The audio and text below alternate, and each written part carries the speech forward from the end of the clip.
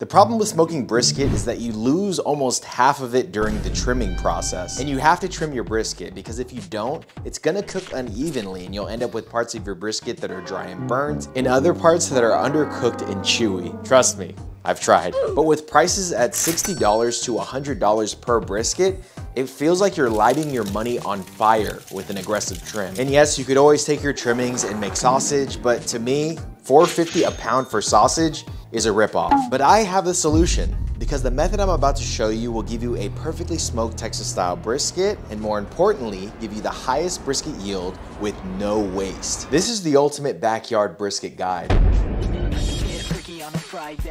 So the first step is the selection of the brisket. And for this specific process, I will say to get at least a choice grade brisket. If you can get your hands on a prime, please do so. And the reason for this is because we will be cooking this brisket in 3 separate parts. So the more intramuscular fat the brisket has, the lower the chances that you'll dry out the smaller parts of the brisket while it cooks. And these 3 parts of the brisket are the Papa brisket, the brisket juniors, and the fat. And I'll show you exactly how I separate and trim each of these. So I'm gonna start this trim on the fat cap side of the brisket, and the first move I'm gonna do is take off this big hunk of meat here, which is called the mohawk.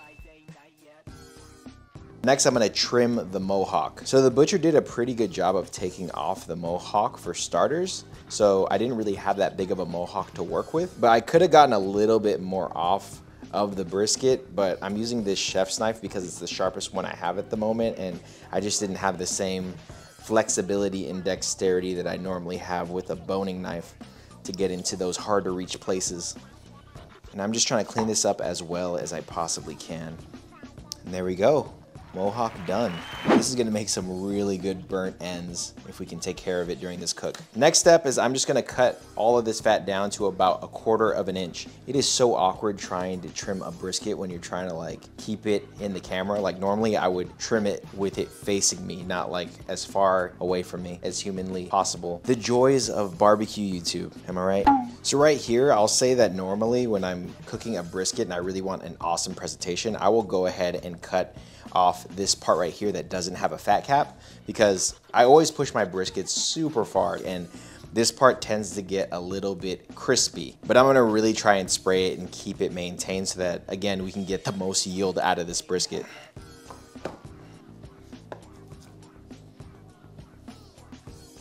So the fat cap is trimmed to my liking. And I know I kind of glazed over the whole trimming process on the fat cap side of the brisket. So if you want to know how I like to do it, I'll have a link in the description showing how I trim brisket. Okay, so now at this point, we're gonna make our second brisket junior. You know what? I think I am gonna be able to take down this lean meat. So the way I'm gonna cut this is pretty much this lean part here, all the way around, swoop it over, and that is gonna be our brisket junior. So normally, when you cut a brisket, all of that becomes sausage. Like that's literally half of the flat muscle, but not today. Sorry guys, I'm gonna have to put it towards me because this cut is very, very important. And there you go. Brisket Junior 2 is done. Matter of fact, because this piece is so thin, I'm actually gonna cut it off. We're gonna cook this separately and make a little snack for ourselves. So we'll call this Brisket Junior 2. All right, let's go to the lean side. And as you can see on this side of the brisket, there is gray meat here, and it's totally optional if you want to take this off. Basically what's gonna happen is this is just gonna get really dry and craggly, and then once the brisket's done and you go to slice it, it's basically gonna crumble and you're gonna get like these little tiny beef shreds on the cutting board. And those are a great little snack while you're slicing, but in terms of the presentation of the brisket, it will most definitely affect it. So I'm gonna take off the gray meat, but again, you do not have to do this if you want to maximize the yield. All right, last step is we gotta take off this decal and we are done. Trimming's done, so we got brisket, brisket junior flat, brisket junior point, all our fat, and our little snack for tomorrow. Now for the seasoning, you can do traditional salt and pepper or whatever brisket rub you usually do. For me, I'm gonna do Derby style with salt, pepper, and Lawry's. But whatever rub you choose, just make sure that you get a nice even coat of seasoning on your Papa brisket and your brisket juniors. This is so that the bark will be as even as possible once it's done. Also be mindful of how much salt you're putting on your brisket juniors because they're small pieces of meat, so they're really easy to oversalt. Seriously, very little salt on these guys. Watch, I'll show you. See, barely. just kissed with salt. All right, this brisket is ready for the smoker, and you can use whatever smoker you want. You can use a pellet grill, a kettle, an offset. I mean, you can even use your oven if you don't care too much about the smoke flavor. Just make sure whatever cooker you use that you have enough space for Papa Brisket, the Brisket Juniors, and the fat.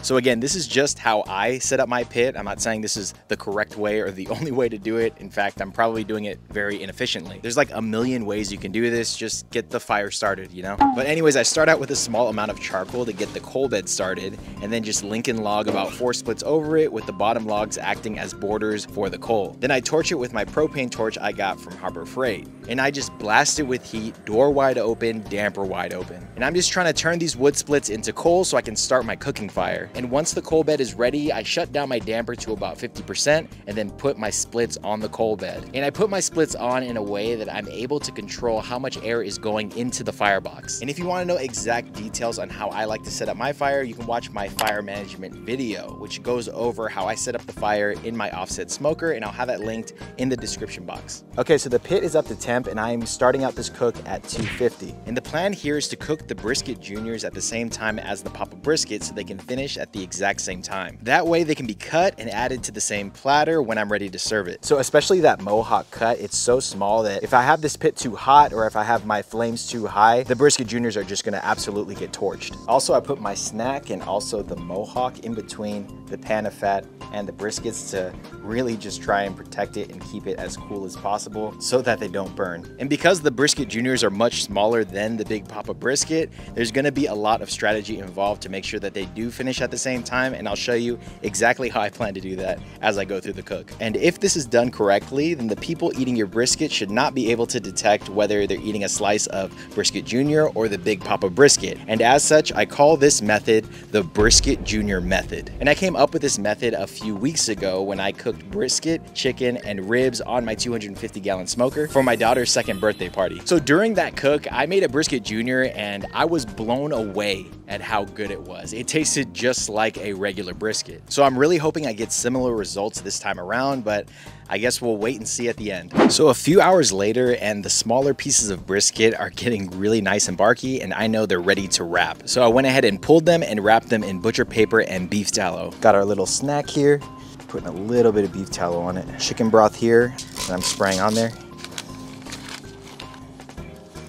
And then here's that mohawk. So as you can see, it already looks like a burnt end. So when it's done, we're just gonna cut it like this. And there you go, you have extra burnt end pieces. And I'm also gonna add beef tallow to the mohawk, even though it is a really fatty piece of meat because it comes from the point. The reason why I'm doing that is because I want the bark to be uniform with the rest of the Big Brisket Junior and also the Big Brisket, because I'm gonna wrap both of those in beef tallow as well. So lucky for me, I already had some beef tallow on hand because my beef tallow isn't quite ready to strain yet. But ideally, you wanna wrap all the parts of the brisket in the beef tallow that you render out for the cook so it can truly be a no-waste brisket. And basically, I'll know that the Mohawk Brisket Junior and also the snack is done once I can feel it. Basically, a brisket has a lot of collagen in it, and you can feel it on your brisket, like it feels kind of like elasticy. So once you can feel it, like that collagen has turned to gelatin and it kind of just jiggles in your hand.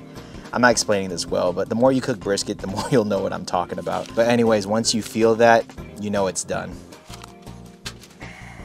So the Brisket Juniors are gonna go ahead and finish off on the pit, and in the meantime, I'm gonna go ahead and strain this beef tallow into a glass jar. Okay, so to collect our tallow, all we need is, of course, the tallow, a jar to collect the tallow, and then a metal strainer. And make sure you use a metal strainer because the tallow is gonna be really hot, and if you use a plastic one, you're gonna melt your plastic. And that's all there is to it. Also, the little pieces of meat and the fat are actually not that bad of a snack to eat as well from the rendered tallow. So on top of getting more yield out of your brisket, there is another added benefit to using the Brisket Junior method. And that benefit is learning more about the two separate muscles that make up the brisket. Because we have a Brisket Junior from the flat, and we also have a Brisket Junior from the point, we can see how both progress over the cook and the different signs that we see to see that each part is done. And this just gives us a better overall understanding of how to cook a brisket. Okay, so it really didn't take that much longer after I had wrapped the smaller Brisket Juniors, so our snack is finally complete and the Brisket Junior Mohawk is resting in the oven at 140 degrees Fahrenheit. Most ovens go to 170, but you can recalibrate your oven to go lower. I think every oven's different, so you're just gonna have to look it up online depending on your model of oven. But anyways, let's go ahead and check out this brisket snack. Beautiful. Got a smoke ring in there. So this is the part of the flat that did not have a fat cap, so it definitely is drier than a normal flat would be, but it is still really good. I want to eat this so bad, but I promised my daughter that I'd give her some of this Brisket Junior, so I'll be a good dad and I'm going to save it for her.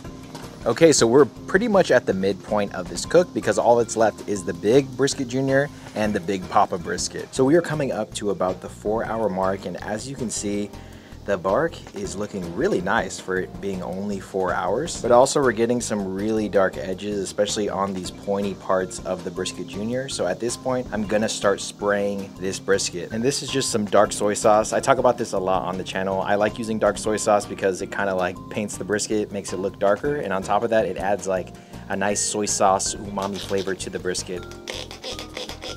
Okay, and I'll just keep doing that until it's time to wrap.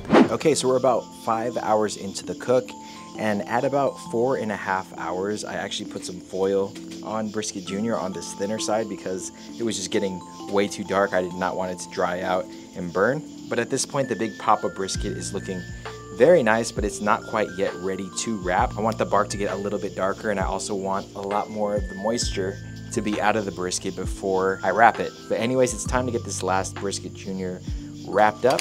Use the tallow that we made earlier, pour it right over that lean.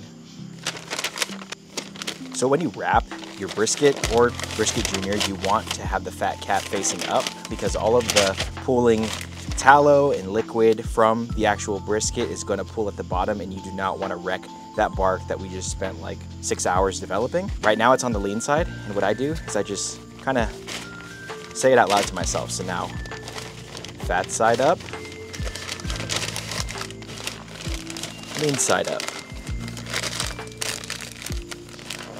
fat side up, fat side up. All right, back on the pit.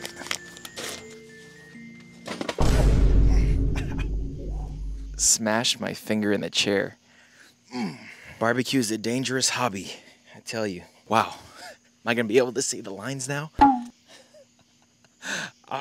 Okay, so we are about 8 hours in, and I went ahead and took the wrapped Brisket Junior and put it in the warming oven next to the Mohawk Brisket Junior. And more importantly, the Big Papa Brisket was ready to wrap. So nothing new here, just butcher paper, beef tallow, back on the cooker. But I went ahead and opened up the damper and put a few more splits inside of the firebox so that I can get it up to about 325, maybe even 350, but I'll try to keep it close to 325. And the reason why I don't want to go super hot on the pit, even though the brisket is wrapped, is because the last time I cooked brisket on my 250, I just went all out and just put as much splits in the firebox as humanly possible, and I got the pit up to like 450. And the reason why I did that was because I was like super tired and I wanted to finish the cook as fast as humanly possible. But what ended up happening is that band of fat inside of the brisket between the point and the flat, right when you get to the middle of it, lost all of its structure. It was almost like melted. And I noticed as the brisket cooled, it just got really hard. So you guys out there, learn from my mistakes. Do not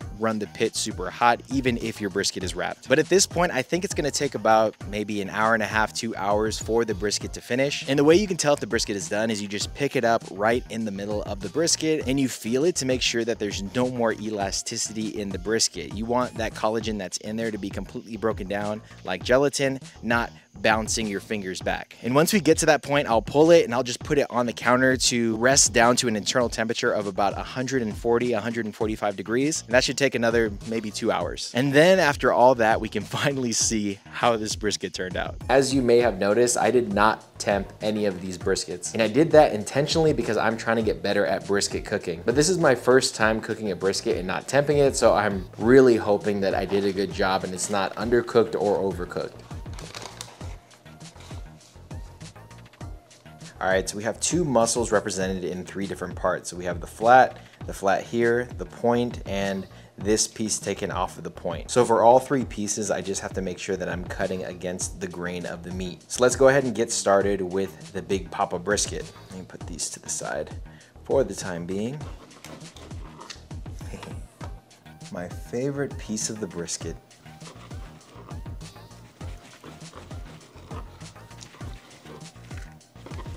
Oh my gosh, definitely cut these pieces way too thick, but in my defense, it is really hard to cut a brisket when it's like not facing you. So thanks a lot, YouTube.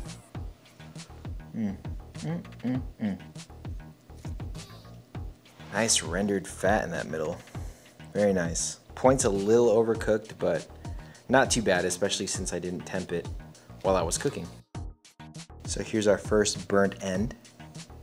Here's the Mohawk burnt end. And I will say that the Mohawk burnt end feels pretty hard. I think it's just because it was such a small piece of meat. The burnt end got a little extra burnt. But like I said earlier, I left a lot of the Mohawk on the Big Papa brisket. So I think that if I was able to get a little bit deeper and have this piece bigger, it probably wouldn't have gotten as toasty as this one did.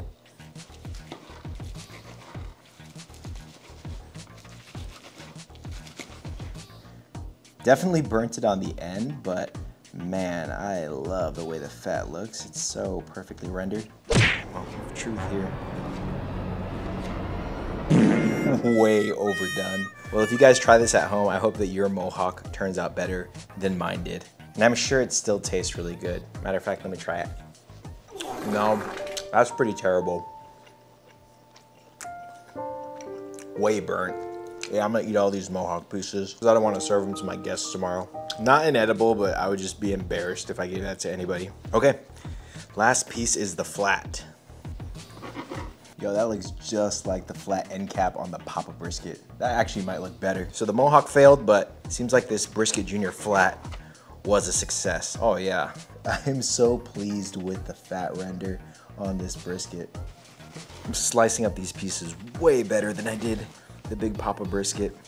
All really good brisket here, right? But look how much all this brisket would have just turned into sausage. Could have been a little bit more impressive if I didn't burn the Mohawk, but I mean, still, this is a ton of meat. Plenty of brisket for people tomorrow. Look at that. It's like a burnt end, but on the flat.